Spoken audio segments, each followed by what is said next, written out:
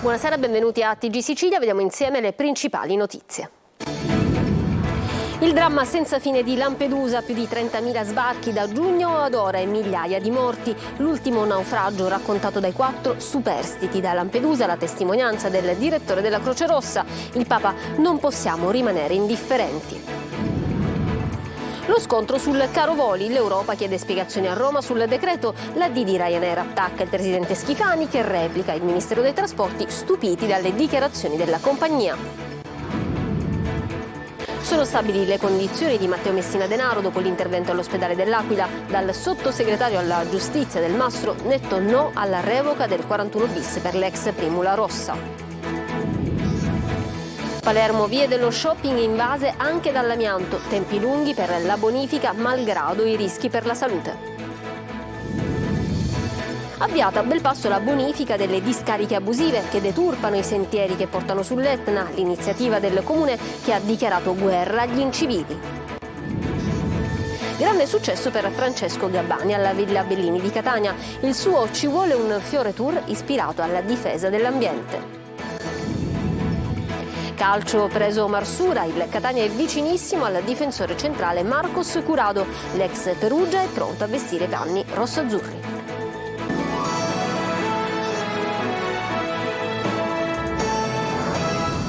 Bentrovati. Continuano senza sosta gli sbarchi a Lampedusa, dove purtroppo i numeri di chi non riesce ad arrivare sull'isola sono davvero troppo alti. 41 gli ultimi morti a causa di un naufragio. Solo i 4 superstiti sopravvissuti hanno raccontato quei momenti di terrore. Su questa tragedia un commosso messaggio del Papa, Simona Mazzone. Da giugno ai primi di agosto sono oltre 40.000 gli sbarchi a Lampedusa, 23.639 solo a luglio. E purtroppo sono alti anche i numeri dei morti, 1.800 negli ultimi 8 mesi, 160 in questi 4 giorni. Dalla notte scorsa sono stati circa 30 gli approdi sull'isola, dove sono giunte oltre 1.200 persone.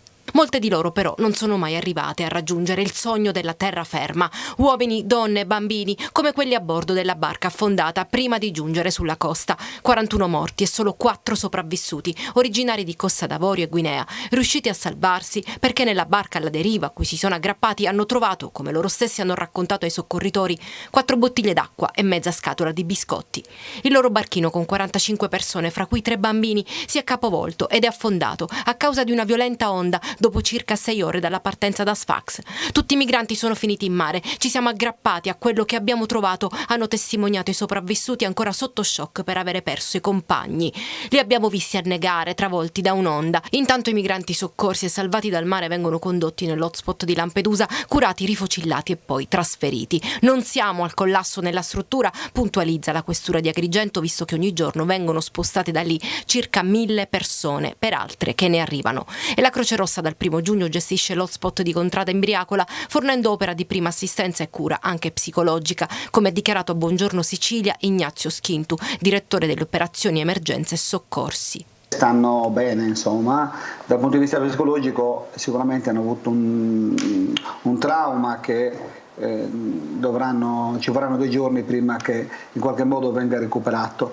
L'Italia in queste operazioni è sempre più sola, l'Europa dovrebbe fare di più.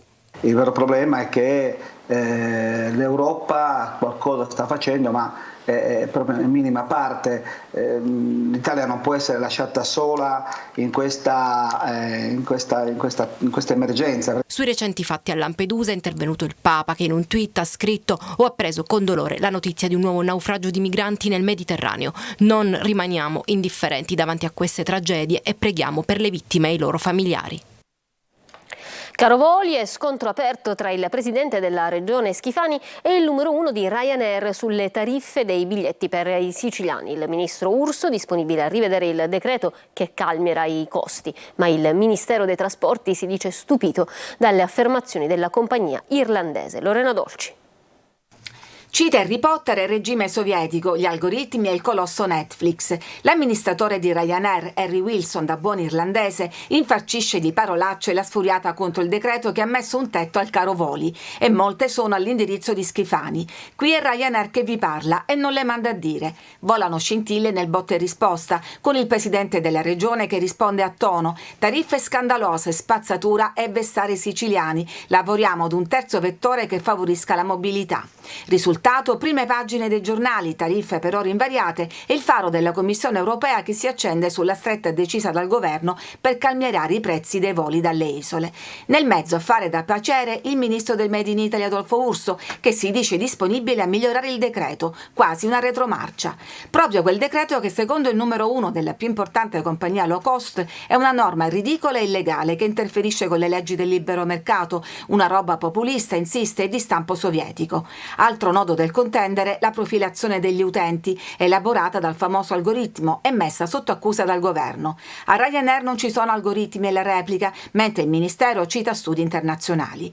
La Commissione europea sembra ammonire l'Italia quando dice che la libera fissazione di prezzi è la migliore garanzia.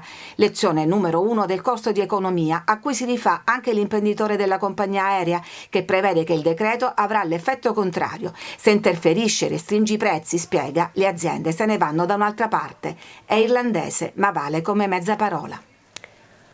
Matteo Messina Denaro ha raccontato ai magistrati il motivo per cui negli ultimi tempi aveva scelto di vivere come un cittadino comune in mezzo alla gente di Campobello di Mazara. Tutto è riportato nelle pagine dei verbali dell'interrogatorio. Dopo aver perso 20 kg in 7 mesi a causa del tumore, ora il boss è in condizioni stabili dopo l'intervento all'ospedale dell'Aquila. Sentiamo Natale Bruno.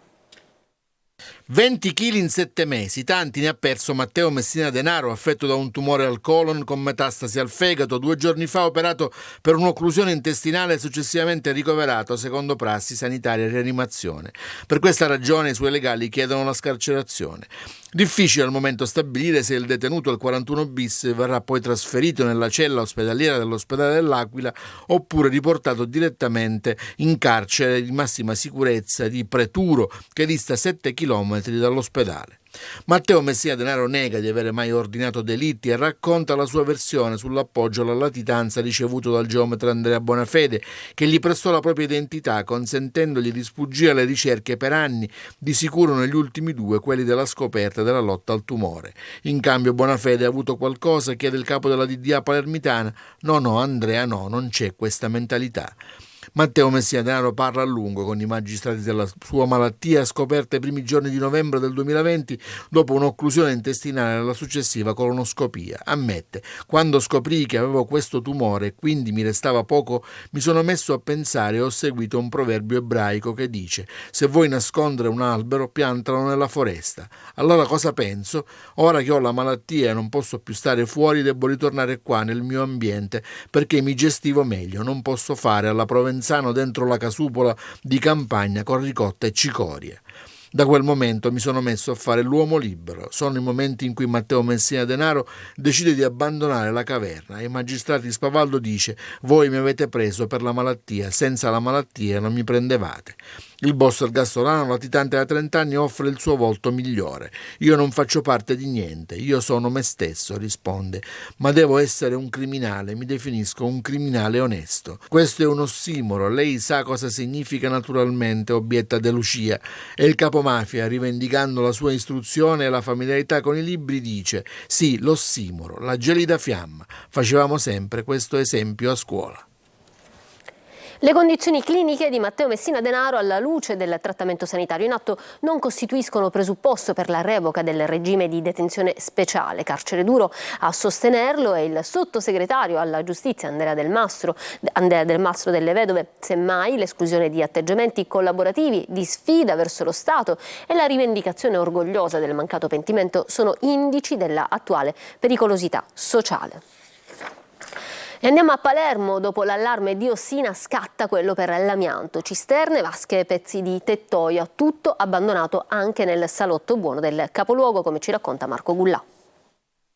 Siamo nel salotto della città di Palermo, via Mariano Stabile, via dello shopping, ma al contempo anche zona molto frequentata da turisti. Eppure queste 2 vasche di cemento amianto sono abbandonate sul marciapiede da oltre 2 mesi e lo rimarranno almeno fino a settembre, quando nella migliore delle ipotesi il servizio di rimozione del comune di Palermo verrà rifinanziato e ricomincerà a togliere dalla strada i rifiuti pericolosi abbandonati dai palermitani. Ma situazioni simili a Palermo se ne contano diverse, come a Ballarò, a Cavallo, Zenna, Ciaculli, a Sferracavallo, con residenti esasperati che continuano a sommergere di mail, telefonate la RAP, la partecipata, che si occupa della gestione dei rifiuti a Palermo, e il settore ambiente di Palazzo delle Aquile per far togliere pezzi di tettoia, cisterne per l'acqua, fioriere, canne fumarie lasciate all'intemperie in condizioni di estrema pericolosità. Smaltire l'amianto ha però un costo decisamente elevato, fino a 40 centesimi per ogni chilogrammo di materiale da eliminare in maniera sicura. Per una cisterna d'acqua ci vorrebbero circa 300 euro, soldi che impresari edili o che proprietari di casa non vogliono spendere, che quindi spesso e volentieri abbandonano per strada. Ma in città l'emergenza rifiuti continua, soprattutto le periferie sono invase ancora da rifiuti di ogni genere. Intanto i livelli di diossina nell'aria a Palermo sono tornati nella norma. I dati sono stati diffusi nel vertice convocato dal sindaco Roberto Lagalla. Allarme rientrato dopo il rogo del 25 luglio che ha interessato la quarta vasca di Bellolampo. Nonostante i valori siano rientrati nei limiti di legge, è lo stesso Lagalla ad annunciare la proroga dell'ordinanza sul divieto di consumare generi alimentari come carne e latticini prodotti in un raggio di 4 chilometri proprio dalla discarica alle porte di Palermo. A Belpasso è guerra agli incivili che deturpano il Parco dell'Etna e il territorio comunale. Il sindaco Carlo Caputo potenzia i controlli e avvia le operazioni di bonifica delle discariche a cielo aperto che spesso si trasformano in bombe ecologiche. Emanuela Corsi. Sono vere e proprie discariche a cielo aperto che deturpano la bellezza delle nostre città e dei nostri luoghi e che spesso si trasformano in vere e proprie bombe ecologiche. Una delle aree maggiormente colpite è quella del Parco dell'Etna, che ricade su diversi comuni del catanese. Più volte abbiamo documentato con le nostre telecamere i cumuli di rifiuti riversati in mezzo al verde o nei sentieri di montagna dove gli incivili si sbarazzano di mobili, sanitari, elettrodomestici in maniera veloce e furbesca, risparmiando così su tempi e costi per il corretto smaltimento. Nel comune di Belpasso il sindaco Carlo Caputo, già presidente del Parco dell'Etna, ha intrapreso una vera e propria battaglia contro gli incivili e ha avviato operazioni di bonifica su tutto il territorio, comunale e non. Abbiamo iniziato il recupero di microdiscariche, il ripristino dei luoghi sia nelle periferie del paese sia lungo le strade provinciali. Poi abbiamo fatto un recupero di microdiscariche anche nella nostra zona industriale, che è presa sempre di mira dagli zozzoni, e l'altro ieri abbiamo iniziato con il recupero di microdiscariche sul Parco dell'Etna. Il primo cittadino, come presidente del parco, aveva più volte denunciato lo stato in cui versavano alcune zone invase dai rifiuti in un'area che da 10 anni è patrimonio dell'UNESCO. Buona parte dei territori che sono sul Parco dell'Etna è competenza dei comuni, quindi è un dovere fare questo lavoro, perché si produce un danno di immagine, un danno economico e un danno ambientale. Un'operazione potenziata anche da controlli capillari e telecamere di videosorveglianza. I carabinieri del NAS sequestrano a Catania, nel punto di ristoro di uno stabilimento balneare, 90 litri di olio d'oliva condizionato all'interno di contenitori privi di etichetta e rancidi, oltre a 5 kg di carni avicole in cattivo stato di conservazione, congelate abusivamente. Disposta la chiusura di un esercizio di somministrazione e di un deposito alimenti. Le attività ispettive condotte su tutto il territorio nazionale hanno interessato più di 800 strutture, di cui 257 risultate irregolari. Andiamo a Catania, parte il progetto Smart Park con i primi 50 dei 240 nuovi parcometri intelligenti dedicati alla sosta sulle strisce blu a Catania e gestiti dall'azienda metropolitana trasporti. Tra le novità la possibilità di pagare con bancomat poggiando la carta al display. Basterà inserire la targa del veicolo e scegliere tra le tariffe previste in base alle zone. La tariffa base minima di 40 centesimi per 27 minuti, la mezza giornata, l'intera giornata o la tariffa notturna, così come già preventivato dal Consiglio Comunale. È possibile comunque utilizzare ancora le monete per il pagamento. E andiamo agli spettacoli. Francesco Gabbani porta un fiore alla Villa Bellini di Catania, una grossa margherita che simboleggia la sensibilizzazione alle tematiche dell'ambiente. Ieri sera il concerto con una scaletta ricca di successi e la riproposizione di cover di grandi autori. Sentiamo Emanuela Corsi. Per fare un tavolo ci vuole legno. Francesco Gabbani sbarca in Sicilia con il Ci vuole un fiore tour. Sul palco della Villa Bellini di Catania appare una grossa margherita. L'obiettivo dell'artista toscano è quello di sensibilizzare il pubblico attraverso la musica e le parole sulle tematiche legate all'ambiente e al futuro del nostro pianeta. Per fare il monte ci vuole la terra, per far la terra ci vuole... Un ricco repertorio tra cover di artisti come Endrigo, Battisti e De André e successi del cantautore. Tra questi Occidentali Scarma, che ha fatto cantare e ballare il pubblico della Villa Bellini.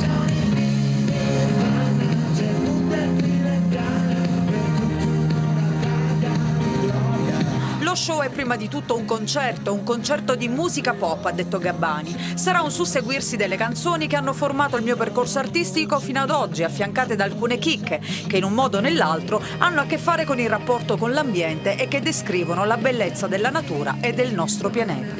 Francesco Gabbani proseguirà il tour in Sicilia con altre 2 tappe, a Noto e a Marsala. Continuiamo con la musica. Il concerto del sassofonista Francesco Cafiso al Parco Forza ha inaugurato il mese di eventi culturali in occasione della riapertura del sito archeologico di Ispica. Ce ne parla Laura Curella. Una passeggiata al tramonto tra bellezze naturalistiche, reperti archeologici e musica d'autore. Riapre così Parco Forza, dopo i lavori di restauro seguiti dalla Soprintendenza di Ragusa e finanziati dalla Regione con oltre 2 milioni di euro. È stata sicuramente migliorata la fruizione del parco e abbiamo avuto la possibilità di scavare il Palazzo Marchionale, nel quale abbiamo trovato nuovi ambienti, abbiamo chiarito alcuni dubbi del passato rispetto alle ricerche archeologiche svolte fino al 2008 e soprattutto la grande novità è quella che abbiamo trovato una grandissima cucina del palazzo collegata agli ambienti di rappresentanza. La sfida adesso è quella della valorizzazione del sito a 2 passi dal centro di Ispica, attraverso iniziative di ampio respiro culturale in grado di richiamare turisti e visitatori tutto l'anno. Si chiude una fase e se ne apre un'altra, quello della valorizzazione. E l'obiettivo nostro come parco è quello di destagionalizzare i flussi turistici e fare in modo che il nostro patrimonio possa essere fruito di tutti i mesi dell'anno. La magia del sassofonista Francesco Cafiso ha dato il là al mese di eventi che abiteranno gli scorci suggestivi del parco tra concerti, arte, fitness e archeologia.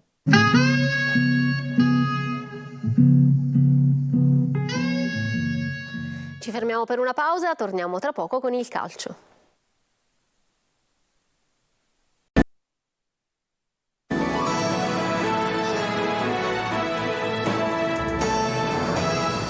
Torniamo in studio con lo sport, il calcio. Sono fiero per questo traguardo raggiunto. Ringrazio il Palermo e il City Football Group per la fiducia che voglio continuare a ripagare in campo. Lo ha detto l'attaccante del Palermo, Edoardo Soleri, dopo aver prolungato il contratto che lo lega al club rosanero fino al 2026. Andiamo a Catania adesso. Dopo Marsura è in procinto di chiudere anche per il difensore centrale Marcos Curado, ex Perugia, è pronto a vestire il rossazzurro. Intanto ieri test match con il Calatabbiano vinto 9-1 dai rossazzurri. Marco Carli. Dal nuovo attaccante esterno al prossimo difensore centrale, il Catania ha ufficializzato il nome di Davide Marsura, l'esterno d'attacco che va a rafforzare il reparto in attesa della prima punta. Marsura, 29enne, arriva in rossazzurro da svincolato dopo aver chiuso il suo rapporto con l'Ascoli. 13 presenze, 3 gol in B la scorsa stagione. Attaccante che ama partire largo per poi accentrarsi, molto abile nel dribbling. Il nuovo acquisto vanta in totale 165 presenze, 21 gol nella serie cadetta e 72 partite, 18 gol in C. Per me questa è una grande opportunità che non ci ho pensato 2 volte prima di accettare questa sfida. Ho voluto legarmi a un progetto così importante per crescere con questa società. Ma c'è di più. Arriva anche il nome di uno dei 2 difensori centrali pronto ad arricchire il reparto arretrato. Si tratta di Marcos Curado, classe 95, argentino, ex Perugia. Proprio qualche giorno fa aveva rescisso il contratto che lo legava alla società biancorossa fino al 30 giugno 2024. Un biennale pronto per lui. In Italia ha giocato con Perugia, appunto, Genoa, Crotone, Frosinone e Avellino. 98 presenze in Serie B e le giovanili trascorse con gli argentini dell'Arsenal. L'idea è chiara: avere giocatori che siano pronti all'uso e che abbiano chance di accompagnare accompagnare il Catania anche in una categoria superiore. Intanto nel secondo test congiunto, questa volta con il Calatabiano, impegnato nel prossimo campionato di promozione, il Catania ha vinto 9-1. Fra i protagonisti l'australiano Popovic e il serbo Bocic, su quest'ultimo si punta molto, autore di una doppietta come Sarao e De Luca. L'altra rete è stata di Palermo.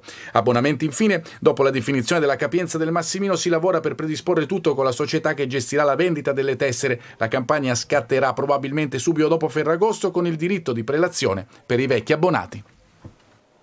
Ancora mercato, ma stavolta andiamo a Messina. Dopo il difensore Pacciardi, il club giallorosso ha ufficializzato oggi l'acquisto del centrocampista trentenne Marco Firenze, che ha firmato un contratto annuale. L'attaccante Vincenzo Plescia ha rifiutato invece la destinazione giallorossa.